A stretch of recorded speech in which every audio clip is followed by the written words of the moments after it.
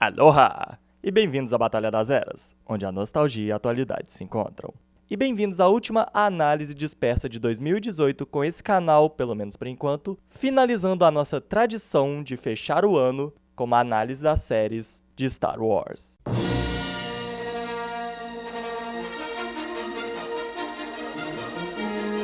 Mas dessa vez a gente não tem exatamente um patrocínio. Mas fazer o que, né? E dessa vez falaremos sobre... Sim, Star Wars Rebels.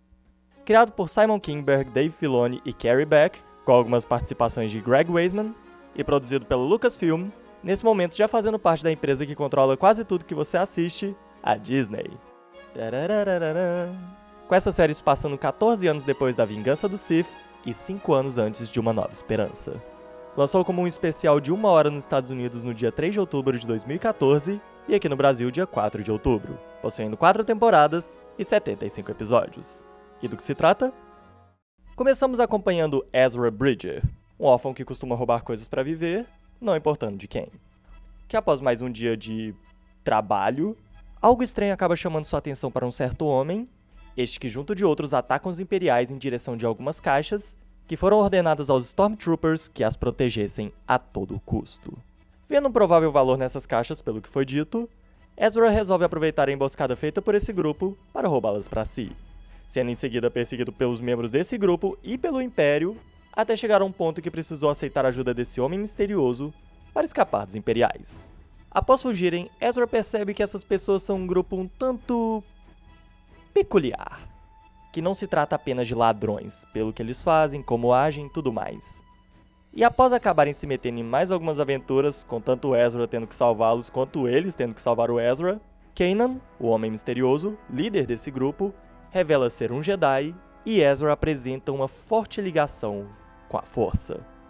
E depois de passar por tudo isso, Kanan resolve oferecer uma opção a Ezra. Ou este apenas continuar em sua vidinha, ou se juntar a esse grupo e até mesmo ser treinado nos caminhos da Força, podendo inclusive aprender a ser um Jedi. Este aceita, mas o Império, após descobrir sobre esse Jedi, também se prepara para exterminar esse novo desafio. Bom, e quanto aos personagens? Primeiro nós temos Ezra Bridger. Ezra cresceu nas ruas desde os 7 anos, passando a perna no Império e até mesmo em outras pessoas para sobreviver, podendo até ajudar os outros, desde que não arrisque o seu pescoço no processo. Mas, após conhecer o Kanan e seu grupo de rebeldes, ele passou a ver mais a importância de ajudar os outros, mesmo que tenha que se sacrificar para isso, de lutar por algo maior e tudo mais. E Ezra acaba sendo um bom protagonista nisso tudo, que acompanhamos seu crescimento, o que ele vai aprendendo, vai descobrindo, compreendendo, vivendo. É bem interessante ver o que vai acontecendo com esse rapaz. E é também legal acompanhar o relacionamento dele com os outros membros dessa tripulação, principalmente o Kanan. Conforme o treinamento dele avança, vemos esses dois se aproximando cada vez mais, e também é bom ver o treinamento dele a princípio. Mas esses dois inclusive são assuntos que eu tenho mais coisas pra falar, então vou deixar mais pra frente nas considerações finais. E uma coisa que eu também não esperava dessa série, é que eu achei que acompanharíamos o Ezra desde um Padawan até virar um grande Jedi. Mas eu também não esperava que a série fosse lidar com os conflitos dele em relação ao lado negro. E eu também gostei muito disso, é muito legal de ver quando eles entram mais nesses momentos. E no geral, Ezra consegue ser um moleque bem engenhoso e muito carismático. Depois passamos para Kanan Jarrus. Foi um Padawan / Jedi durante as Guerras Clônicas, mas que durante a Ordem 66 sua mestra o mandou fugir enquanto ela era executada. Após isso e algum tempo escondido, Kanan acabou se afastando do Jedi e até mesmo da Força, participando depois desse grupo que conhecemos, com eles agindo muito mais como Robin Hoods, roubando do Império para dar aos necessitados e oprimidos pelo mesmo. E após encontrar Ezra e treiná-lo, Kanan começa a se aproximar novamente da Força, buscando ser um mestre cada vez melhor para o garoto. E acho que uma das coisas que deixa o relacionamento desses dois tão bom de acompanhar são os conflitos deles. Ezra vê alguém muito grande no Kanan, que pode fazer muito, e acaba assim não se sentindo digno de ser treinado por este por ser simplesmente um ladrãozinho de rua e um Zé Ninguém. Já o Kanan vê um grande potencial no Ezra e também alguém com a capacidade de fazer tanto, e acaba assim não se sentindo digno de treiná-lo por causa de todas as coisas pelas quais já passou e por não conseguir se ver como mestre. Então é muito bom ver os dois passando e enfrentando essas coisas juntos e um ajudando o outro a crescer mais e mais. E acaba que não só com Ezra, mas com todos os membros da tripulação nós percebemos o carinho e a preocupação do Kanan, buscando sempre o melhor para todos e se esforçando ao máximo para conseguir isso. Depois passamos para Sabine Wren. E eu já digo, colocar Priscila Concepcion dublando uma tomboy, suas chances de atrair minha atenção crescem exponencialmente. Sei lá, ela parece conseguir saber sempre o que falar e como falar com esse tipo de personagens. É que nem colocar a Tati dublando uma personagem maluquinha sem noção. Simplesmente parece certo. Mas, continuando, uma Mandaloriana que fez parte da Academia de Cadetes do Império, mas que acabou saindo por ver o quão as coisas podiam ser erradas por lá. Se juntando logo em seguida a esse grupo que conhecemos. Ela é boa na pilotagem, mas é ótima no tiro, na luta, na infiltração, é bem ágil, e também tem um jeitinho de artista, pintando várias coisas em vários lugares, deixando sua marca, sendo influenciada por diversos estilos e artistas, mas também tendo seu próprio estilo artístico que eu gosto tanto. Ela gosta de explodir coisas. Sim, ela conhece explosivos muito bem, e parece ter a mania de sempre querer usá-los de alguma forma nas missões. É maravilhoso. Mas eu também já deixo um aviso. Não fiquem muito acostumados com o cabelo da Sabine, e nem também com as cores da sua armadura. Pois, por motivos que desconheço, a Disney gosta de mudar a aparência desses a cada temporada. Fazer o quê, né? Mas o bom é que esse jeitinho firme, centrado e habilidoso dela é sempre mantido. Depois passamos para Hera Syndulla, filha do grande líder do seu povo que fez coisas notáveis durante as Guerras Clônicas, mas que por alguns conflitos com seu pai, Hera acabou se afastando dele e foi atrás de algo maior. Ela possui uma grande paixão por pilotar, se tornando obviamente a piloto do grupo, se mostrando sempre muito boa nisso.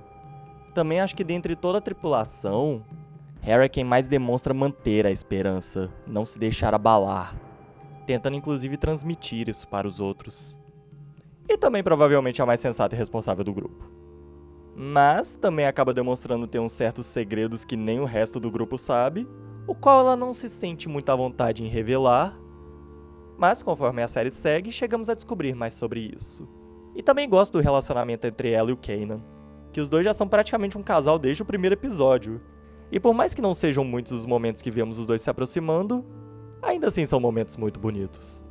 Hera também é bem uma figura materna pro resto do grupo, que enquanto o Kanan é mais uma figura paterna, conseguindo ser meio ríspido e até meio afastado de vez em quando, Hera sempre tenta seguir mais como uma apaziguadora entre todos. Também temos Garazeb Orrelios, ou Zeb, da raça Lasat, provavelmente o último remanescente, pois em seu planeta eles foram exterminados pelo Império, gerando assim um grande rancor do Zeb pelos Imperiais. Ele acabou sendo encontrado por Kanan e virou parte desse grupo. Um ótimo atirador, lutador, bem pavio curto, mas muito gente boa. E acho que um dos pontos mais legais do Zeb é ver o relacionamento dele com Ezra, que os dois começam não gostando nem um pouco um do outro, mas com o passar dos episódios a amizade entre eles cresce muito, e de um jeito inclusive bem legal de acompanhar. E por último temos Chopper, o droid mais babaca da história de Star Wars. De verdade, esse droid a princípio me fazia revirar os olhos de tanto que ele me enchia. Mas após algum tempo acompanhando a série... não, continua bem isso. Ok, admito que melhora, você vai gostando mais dele, mas o jeito dele de às vezes trollar os personagens em momentos inadequados, ou o jeito egoísta dele, ou de querer ver o circo pegar fogo, me incomoda e não faz com que ele me chame tanta atenção como personagem. E acho até estranho que na segunda temporada, parece que a Disney resolveu que ele deveria ter mais foco ainda. Por que não? Mas pelo menos eu admito que com esse foco maior ele se tornou mais carismático, parou de me incomodar tanto e vai se mostrando cada vez mais útil. Mas pra mim, do grupo inteiro, eu acho que ele é o que menos precisa de foco. E uma última coisa sobre ele é que eu achei estranho que parece que vou mudando a ideia de o quanto os outros membros da tripulação compreendem o Chopper. Que às vezes parece que todos entendem o que ele fala, em outros momentos parece que alguns não entendem e outros precisam explicar, em outros momentos parece que só um não entende e vai assim e... sinceramente é um pouco confuso. E assim, pra evitar perder muito tempo e estragar algumas surpresas interessantes, acho melhor focar só nesses nossos protagonistas mesmo. Depois passamos para os vilões. E pelo mesmo motivo dos personagens, para não entregar algumas coisas interessantes e surpresas que a série prepara, vou tentar focar apenas em alguns dos vilões mais importantes e mais ameaçadores. Primeiro temos o Agente Kalos. É o vilão mais constante da série. O primeiro grande adversário a enfrentar o nosso grupo rebelde, que começou o destaque deles no Império, e vai constantemente batendo de frente com esse grupo, seja no espaço ou seja por terra. Ele também participou do massacre dos Lasat, inclusive se exibindo por portar a arma de um, deixando Zeb com um ódio particular por esse cara. E assim, a partir da segunda temporada eles decidiram fazer algo com o Kalos que eu achei até inesperado, mas interessante. E tô até curioso pra ver como é que eles vão seguir com isso. No geral, Kalos faz bem o seu papel como vilão constante, e é interessante ver as brigas dele com os protagonistas. Depois passamos para o Inquisidor. Na primeira temporada, o Grande Inquisidor, seguido pelos dois Inquisidores na segunda. Basicamente, os caçadores de Jedi do Império, que quando os Imperiais demonstram ter problema com alguns desses guerreiros da luz, os Inquisidores são chamados para resolver. E eu gosto de todos eles, por motivos diferentes. O Grande Inquisidor eleva bem o nível para nós, que estávamos acostumados apenas com Stormtroopers e alguns de patente mais alta. Ele bate bem de frente com o Kanan e o Ezra, e até instiga bem esses dois. Já os outros dois Inquisidores temos um grandão bruto e uma cínica ágil, com inclusive umas maquininhas que me irritam do tanto que elas podem avacalhar os nossos protagonistas. Mas admito que o dinamismo entre esses dois é bom, e a ameaça que eles trazem também. E todos eles sempre usando esses maravilhosos sabres de luz. De verdade, esses brinquedinhos aí são muito interessantes. Seguimos então para o Almirante Moff Tarkin. Ele aparece a partir do final da primeira temporada, e quando ele aparece, traz uma sensação de ameaça, brutalidade e calma que se encaixam muito bem. Você sente que a situação se encontra nas mãos dele e que se não estiver, ele dá um jeito de colocar. E o que esse cara faz, como ele fala e tudo mais, mostra como ele pode ser um grande babaca e um grande vilão. E também não pode ficar de fora, é claro, Darth Vader. Que eu não sabia se era bom falar sobre ele, mas tem algumas coisas que eu preciso deixar claro aqui. Que assim, eu que não vejo os quadrinhos de Star Wars, nunca li nem nada, acaba que em Rogue One e aqui são os primeiros lugares que eu finalmente entendi o nível de ameaça que o Vader passa. Antes disso, na trilogia original e tudo mais, ele era só o vilão principal pra mim, e nada mais. Aqui eu entendo como que ele muda o jogo no momento em que aparece. Vader aparece muito pouco, provavelmente porque chamaram James Earl Jones pra dublá-lo, então fica um pouquinho caro, mas quando esse cara surge, se prepara. A seriedade, brutalidade e ameaça que ele passa não dá pra brincar. E por último, que eu acho bom citar, é o Grão-Almirante Thrawn. E se você não conhece esse cara, você tá perdendo muito. Esse aí é basicamente o grande gênio estrategista do Império, buscando sempre aprender mais e mais sobre a arte da guerra e conseguindo colocar o nosso grupo em situações bem apertadas. Alguns podem acabar reclamando nos comentários que eu não citei um certo alguém aqui, mas eu acho bom de quem for assistir se surpreender com a aparição desse cara. Bom, e quanto às considerações finais, tem algumas coisas que eu quero citar por aqui. Primeiro, a abertura da série, que de todas as aberturas de Star Wars que eu já vi na minha vida, essa é sem dúvidas a mais preguiçosa de todas. Não, de verdade, mais ou menos assim.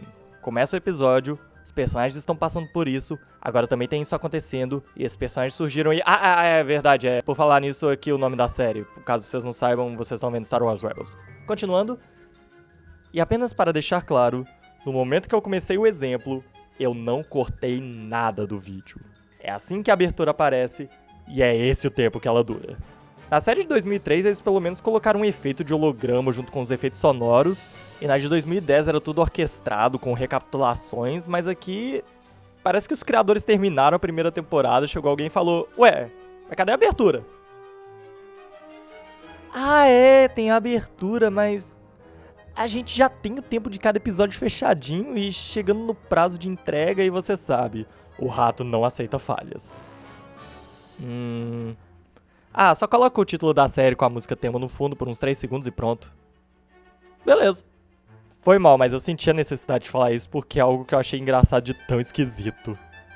Mas vamos tentar balancear com umas coisas positivas. Uma das coisas é que eu gostei muito dos detalhes que a Disney colocou aqui. Por exemplo, eles têm o R2-D2 do C-3PO e também tem o Wilhelm Scream. Esses são elementos essenciais em qualquer obra de Star Wars. Se não tiver eles, não é Star Wars. É simples. Mas também tem vários outros detalhes do universo de Star Wars que são muito interessantes aqui. E uma das coisas que mais chamou a minha atenção aqui foi o carinho com a dublagem, inclusive aqui. Que caso vocês não saibam, essa série foi dublada em São Paulo. E tudo de Star Wars que teve antes foi dublado no Rio. Mas quando um personagem já conhecido nosso aparece aqui e fala, é a dublagem original deles! Obi-Wan, C-3PO, Senador Organa e vários outros. E ouvi-los dá muito mais imersão, abriu um sorriso na minha boca toda santa vez. É simplesmente muito bom. Outras séries que eu esperava pelo menos 10% do que eles fizeram aqui, elas não fizeram. Mas aqui todo santo personagem que a gente acha que vai trocar a voz, quando eles falam ou é a voz original, ou em uma minoria violenta, eles trocam por uma voz bem parecida, ou por uma pelo menos compreensível, porque devemos lembrar que se passaram 14 anos para esses personagens. Mas apenas para finalizar esse ponto, por eu ainda não ter chegado lá, eu só digo que, se eles colocaram Isaac Bardavid para dublar um certo personagem que ele dublou na trilogia original, a Disney vai merecer muito amor. Outro detalhe que eu também curti é como eles representam a força e como ela afeta os personagens. Eles retratam como essa coisa misteriosa que parece se comunicar, chamar, interagir, mas que nós que assistimos não sabemos como explicá-la, como que ela tá fazendo isso, como é que age. E isso foi uma boa estratégia, pois é assim que a força deve ser. Algo a mais, algo misterioso, inexplicável, e que essa série nunca ouse pronunciar a palavra com M. Essa palavra proibida no universo de Star Wars. Desculpa. Rebels também serve bastante como a série que canoniza a Guerra dos Clones de 2010, pois essa aqui, como dito antes, serve como um meio termo entre a vingança do Sith e Uma Nova Esperança. Mas em vários momentos eles trazem personagens e até citam momentos que são claramente episódios da Guerra dos Clones. Eu, inclusive, várias vezes lembrava dessas menções. E eu achei isso bem legal, como que essas séries são ligadas, como uma não esqueceu da outra. Mas tem duas coisinhas que eu gostei mais no Rebels do que na Guerra dos Clones. A primeira é que o Rebels é uma série contínua, diferente da Guerra dos Clones, que era formado por vários arcos e alguns que inclusive você pode pular de boa. Mas assim, quando você normalmente acaba um arco, você acaba se sentindo meio satisfeito e pode dar uma certa preguiça de acompanhar outro arco com início, meio e fim.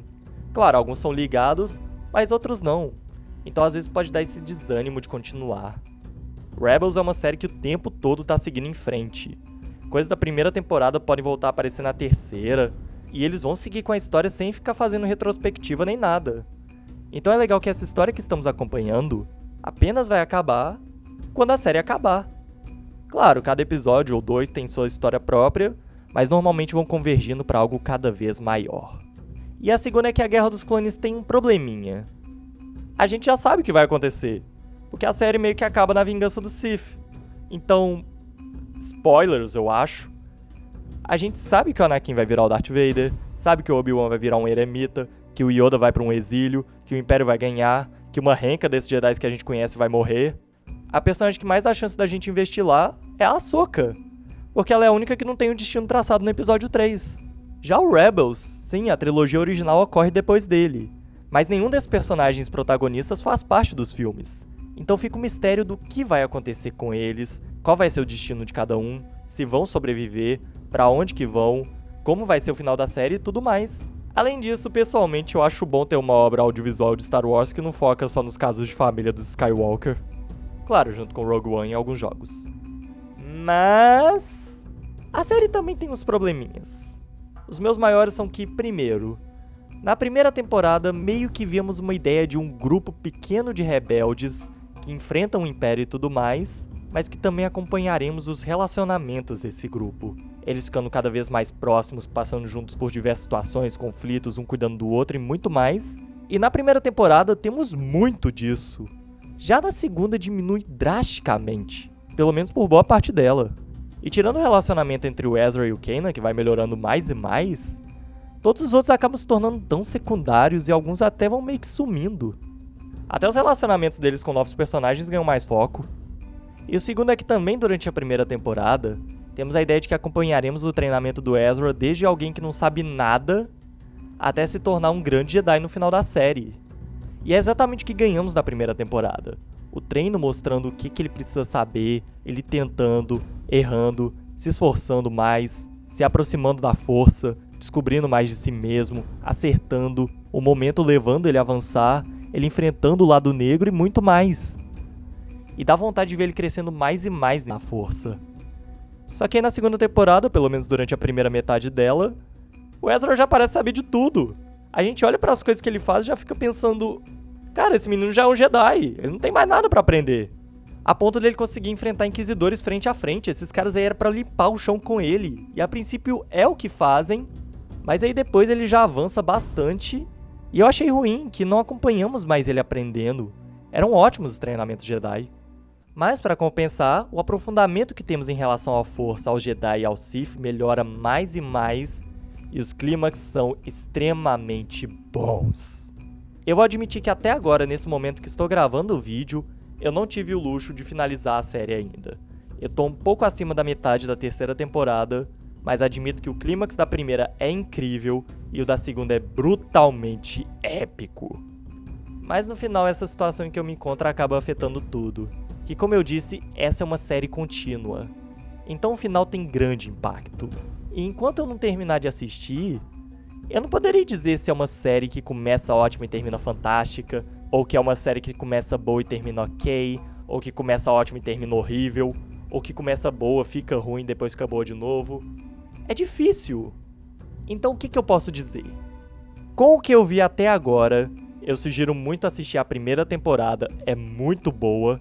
Tem inclusive um especial entre a primeira e a segunda temporada, na Netflix é contado como os 2 primeiros episódios da segunda, que eu acho muito bom também.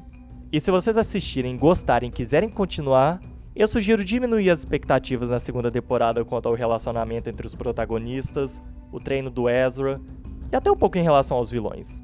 Mas em mente que lá pra frente vai melhorar bastante. E se curtiram o final da segunda também, a terceira temporada, já mantendo um pouco aquelas expectativas baixas da segunda, tá me agradando bastante, inclusive mais que a segunda temporada até esse ponto que eu vi, então eu acho que também pode interessá-los. Mas eu ainda vou continuar acompanhando pra ver se vai compensar no final dessa temporada e também no final de tudo. E também, assim que eu acabar a série, eu tô pretendendo colocar na minha página no Facebook o que eu achei e um fechamento dessas minhas considerações finais. Mas no que eu posso dizer agora, eu sugiro ir vendo temporada por temporada, lembra, são 4 no total, com a primeira tendo 15 episódios e as outras 22, e checando sempre se no final vocês estão animados pra prosseguir. As 3 primeiras temporadas você consegue achar na Netflix, e também pesquisando no Google deve dar pra achar as 4 de boa. Então se estiverem curiosos para ver como é essa história do universo de Star Wars com protagonistas totalmente novos, aventuras que podem ser desde divertidas até tensas e brutais, eu sugiro vocês entrarem a bordo, se prepararem, pois por mais que o futuro dessa série seja nebuloso para mim, a força nela ainda traz potencial. E antes de acabar, já quero dar o Feliz Natal a todos vocês, se juntem àqueles que são especiais para vocês, lembrem-se do verdadeiro significado do Natal, mantenham-no sempre nas suas mentes e nos seus corações, e Feliz Ano Novo para cada um de vocês. Fiquem todos com Deus, a todos que me acompanham desde longa data, obrigado pela presença de vocês aqui, aos que chegaram mais recentemente, sejam todos bem-vindos, e agora entrarei de férias, e lá para metade de fevereiro pretendo estar de volta. Bom, então é isso, espero que tenham gostado, não esqueçam de avaliar, comentem, se inscrevam no canal para novidades, inclusive chamem mais gente para participar. Chegando aos 5.000 inscritos, já quero fazer um novo especial por aqui. Curtam nossa página do Facebook, tá na descrição. E até a próxima. Eu sou John, Juiz das Eras, e aloha!